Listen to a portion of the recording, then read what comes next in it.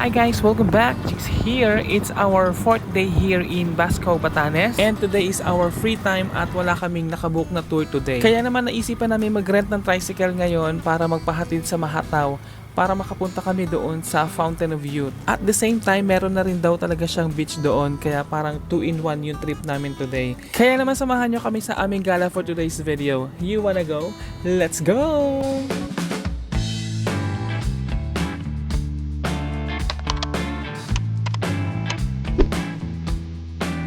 Bale, tinulungan nga pala kami ng aming tour agent na hanapan kami ng tricycle driver na maghahatid sa amin doon sa Mahataw para makapunta kami doon sa Fountain of Youth. At syempre at the same time, para na rin kaming nag-panoramic tour ngayon dito sa South Batan, dito sa Batanes Islands. Yung sinasakay namin tricycle ngayon, meron pala yung tawag dito sa Batanes. Actually, tinatawag siyang Kugon Roof Tricycle of Batanes. Kung titingnan mo, kakaiba talaga yung forma ng tricycle nila dito kesa doon sa mga normal na tricycle na sinasakyan natin sa Manila. Yung bubong niya ay gawa sa kugon and then yung other parts ay gawa sa kahoy. And guys, welcome to Raku AID kung saan makikita yung Fountain of Youth dito sa South Batan sa Batanes. So ayun na nga at medyo may kalayuan yung aming lalakarin pababa doon sa Fountain of Youth. Diretso lang daw, diretso. Ay, wow talaga yung place. Bongga. Ang ganda. Kaya naman kung ikaw ay nature lover, mahilig ka sa beach, I think Batanes is really for you. So ayun na nga at tama nga si kuyang tricycle driver sa sinabi niya kanina na masyado pa kaming maaga para pumunta dito kasi wala pa yung nagbabantay, yung naniningil ng entrance fee. Bali kasi parang may environmental fee tsaka entrance fee dito pero libreng gamitin yung mga cottages. Wow! Ganda na yun. Ang galing.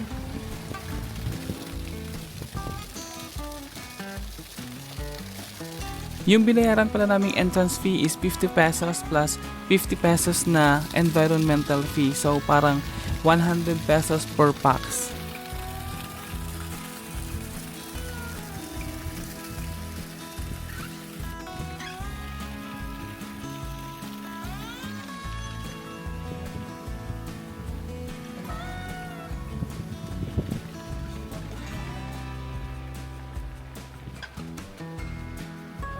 Dito na sa taas para kita natin yung kita yung view.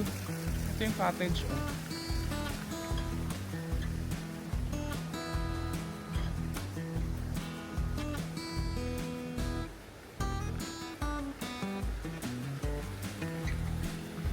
Wala pa yung tao, wala pa yung nagbabantay kasi maaga pa. So mag-base na tayo and that's Wala pang bantay para sa mga go. baby.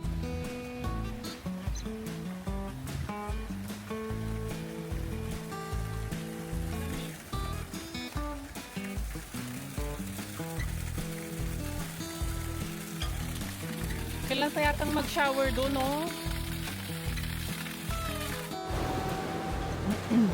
Yung isa sa mga nakaka-amaze talaga dito sa Batanes ay yung mga rock formations dito sa beach.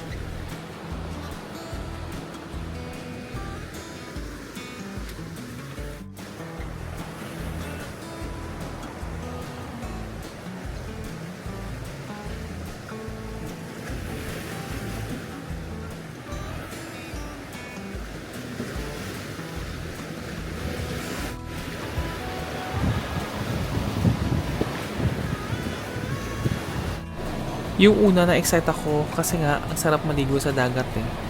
Pero nung lumusong na ako dito, tapos malakas yung current and then mahangin, tapos yung alon, parang hihilahin ka doon sa malalim na part. So nag-decide ako na huwag na lang akong lumangoy kasi baka mamaya hilahin pa ako doon sa pinakamalalim. And the worst part is wala namang lifeguard dito and tatlo lang kami, so better safe than sorry. Kaya ayun ang ending, nagtampisaw-tampisaw lang kami sa may dalampasigan.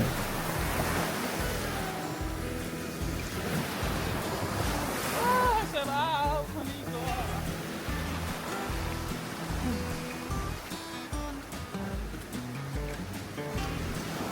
Ganda dito!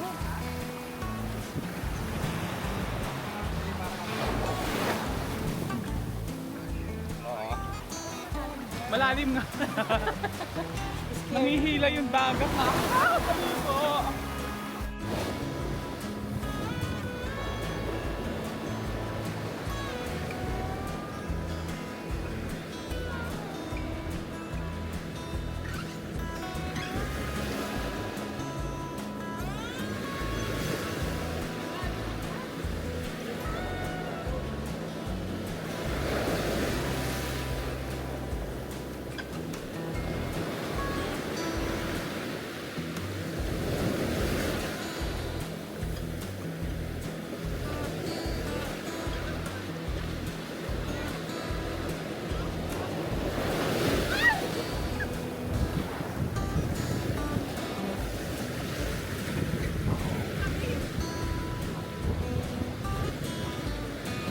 Ayan oh.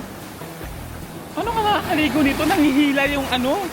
Nangihila yung alon sa malalim.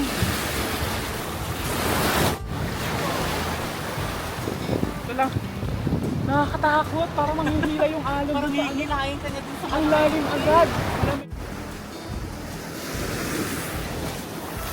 Ang ganda ng kulay ng bato dito. May mga kulay orange tsaka pink. Ayan oh, ang lalim na agad. Nakakatakot namang maligo. Iba yung mga kulay ng ano bato nila. Tingnan mo Mars, oh. Oh. Anong klaseng bato to? Ayan oh, ano to? Kakaiba yung bato. Pwedeng pang display.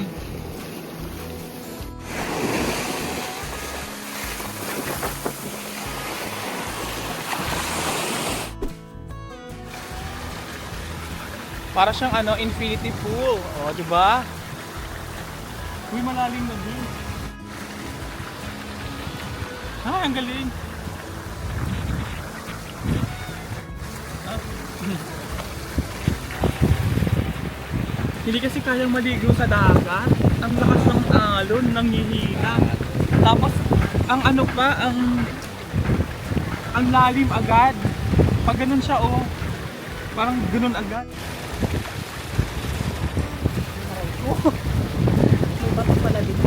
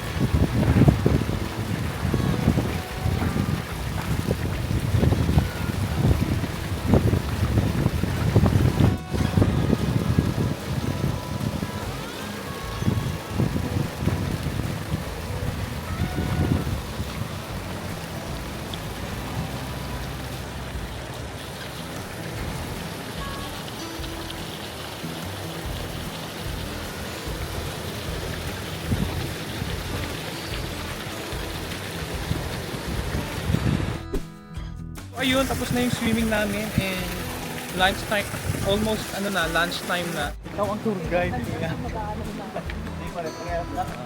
So ayun na nga, tapos na yung aming swimming dito sa Fountain of Youth. Kasama na namin ulit si Kuya Driver. Bale, dito niya kami dinaan sa beach side kasi para daw maiba naman yung view paakyat. Aray ko!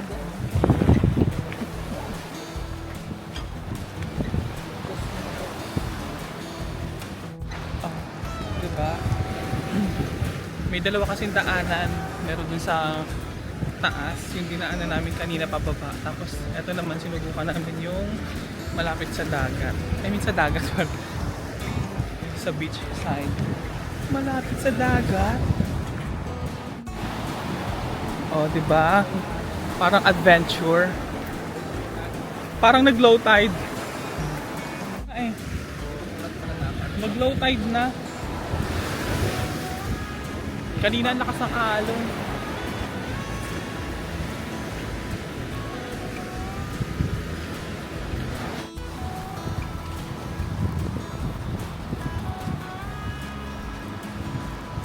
Sa bawat hakbang,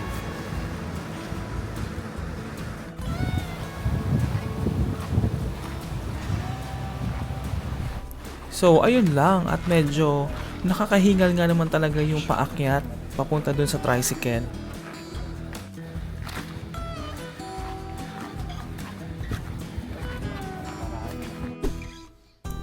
So ayun na nga at pabalik na kami ng hotel, pero bago pa kami pumunta doon, hinatid muna kami ni Kuya Driver doon sa Japanese kinembang na masarap daw, sabi ng aming tour guide. So highly recommended daw. So we decided na doon na lang kami mag-lunch para at least naman matry namin yung pagkain nila doon.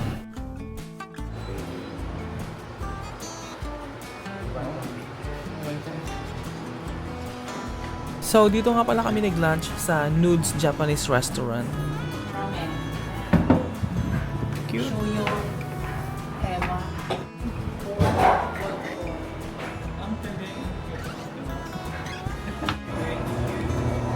So, ramen, shoyu, Dito na lang ako. At kung mapapansin nyo, dinig na dinig yung tunog ng eroplano kasi etong restaurant na to ay napakalapit lang talaga sa airport. Thank you po.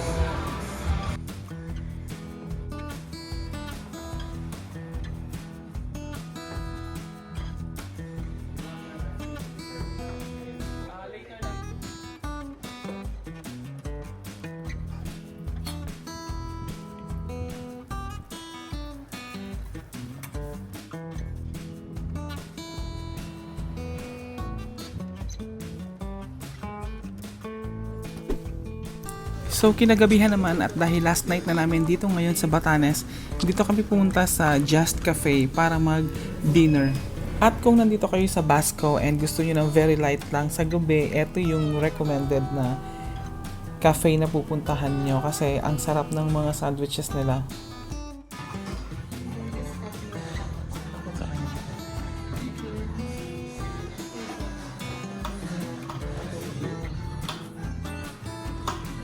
Thank you.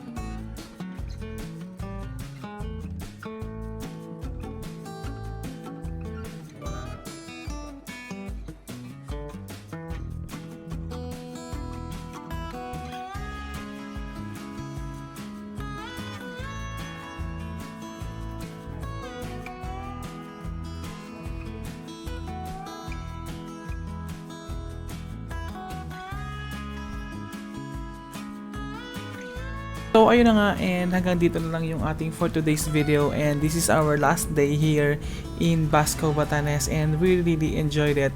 So sana kayo ay ma-experience nyo din yung Batanes. Thank you for watching. Bye!